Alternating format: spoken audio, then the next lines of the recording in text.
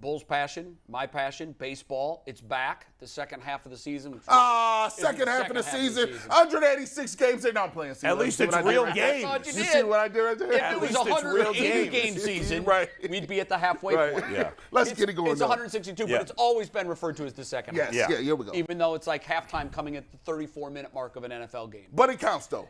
But we're getting ready to, after the break, post-break, we're going back to the diamond, and the Guardians are in a funny spot. They're 45-45, but they're in first place, albeit a half game or whatever their lead is over the Twins. For them to win it, they're going to have a monumental second half from somebody who presently isn't having a monumental Well, there's plenty of guys there are that a are lot possibilities. To choose from. Yeah. I'll start with you. Who's Yeah. your choice? Who's the guy that's going to have a huge second half of the season? I'll go with Andres Gimenez. Damn it, that was my guy. I mean, he's the best player on the team not playing at a high level. Yeah, but he's shown signs recently. Yeah, he's been better lately. I mean, a lot of guys have been better lately, but he's still not been great. Right. Right? Like, Jose's not having an MVP season, but he's having an all-star season. Josh Naylor's having the best first half of his career. By the way, him not being on the all-star he should have been on the all-star. Bullshit. He definitely should have been. That's all there. I can say about that. But Andres Gimenez has had a very disappointing first half of the season. I wonder if in April especially he was putting too much pressure on himself with the new contract. Possibly. Some players do that. And maybe now he got the break. Maybe he's going to chill out and have – I'm expecting him to have a big second half, and they need him big time. But they also need to add a bat, Jay. We'll get to that in a minute. I got a trade for the Guardians. I like to see them. You do have a trade? Yes. Good. I'm going to say Quan because he it's crazy because last year I would say he was the darling of the guys who came up that started to show that they were the young guys that were going to stick a little bit, right? And you look at his numbers, he's not putting the ball in play like he used to. His average is down to about 263. Look at his number, right? So, when he is getting on base, he has opportunity to have some stolen bases. But the fact that he needs to be a guy where if he's going to play and he's going to play at a power position in baseball, he needs to be an Ichiro dude. He needs to be like Quan is going to get 3 hits. He's getting a minimum 2 hits. And when he gets on the base paths, he's going to be a terror. Right. Then you can justify that, right? Because you can say he's going to play great defense. He's always going to be an inning starter. He's always going to be a guy that he can run. You can start the runners and bases. But he's just not, he's not, the same hitter that he was last year. I don't know if that's because they got the book out on him, or if, once again, we talked about one of the younger guys that are going to regress to the mean. So far, we got Gonzalez, who we haven't even seen half the year. And he should be up here right now. He should be. I don't know why they haven't brought him up. It's ridiculous. I thought for sure they'd make an announcement yesterday saying that he's going to start the Texas series with the big club. What does he have to do? He's been red hot. Nobody's hitting in their outfield. No. So, I mean, what are we doing? See, it's a young guy with some hope. Now, I like the young guy with hope. I understand. We need a right fielder. Yeah, we do. We need somebody that can a power bat. They don't grow on trees. I got to say, Brennan has been a nice surprise for this team. He's been all right, but he's not. He doesn't have the power. And I know Gonzalez is an undisciplined hitter. Okay, there's a lot of undisciplined hitters. They don't we need, if he's going to hit 25 home runs, and I don't know that he will. But he's not going to hit 25 the rest of the way. Why is he being judged so harshly? I don't understand. He was excellent last year. He And stunk when he first came up this year. Okay, but there's no other penalties for the rest of these guys who've been terrible. Look at a guy, and I'm not even going to do this again because it's probably not fair to him. A young player on this team that had expectations that is not performing.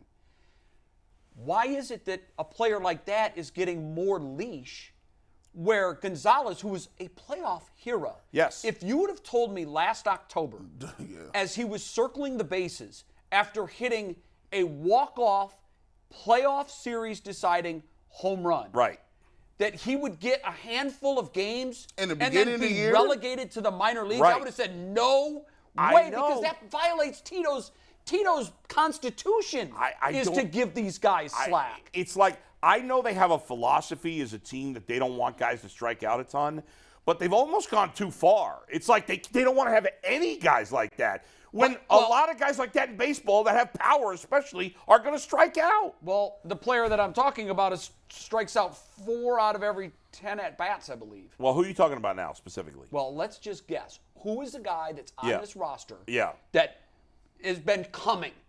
Everybody says, "Oh, he's going to be great. He's going to be great." They put him at short. So Gabriel Arias. Yeah. Yeah, he's done anything. Now, he's been terrible. I brought him up a couple of weeks ago as a guy who strikes out 4 out of 10 at bats. Right. Yeah. Hitting under 200. Right. Very limited power. Yeah. They try him on all these different positions. Yeah. Yet he's been up with the big club all year. Yeah. Crazy. And a guy like Oscar Gonzalez, who has playoff hero equity with That's this right. franchise and fan base, Yes. gets a brief look and then is sent down. It's to your point. I've asked myself this question a million times. Tito gives players room to miss. I don't understand. I think in the offseason, the conversation with him was, you absolutely, to sustain what you've been doing, you absolutely have to develop plate discipline. If you don't, you'll be out of the game in 2 years. And the early sample size at spring training and the few games that he played in the major leagues, he was still swinging at bad balls. And if he had been awful in AAA, I could understand, but he was great. at first. But man, lately he's been on fire. Turned it around. Are they doing stuff like this? I don't know.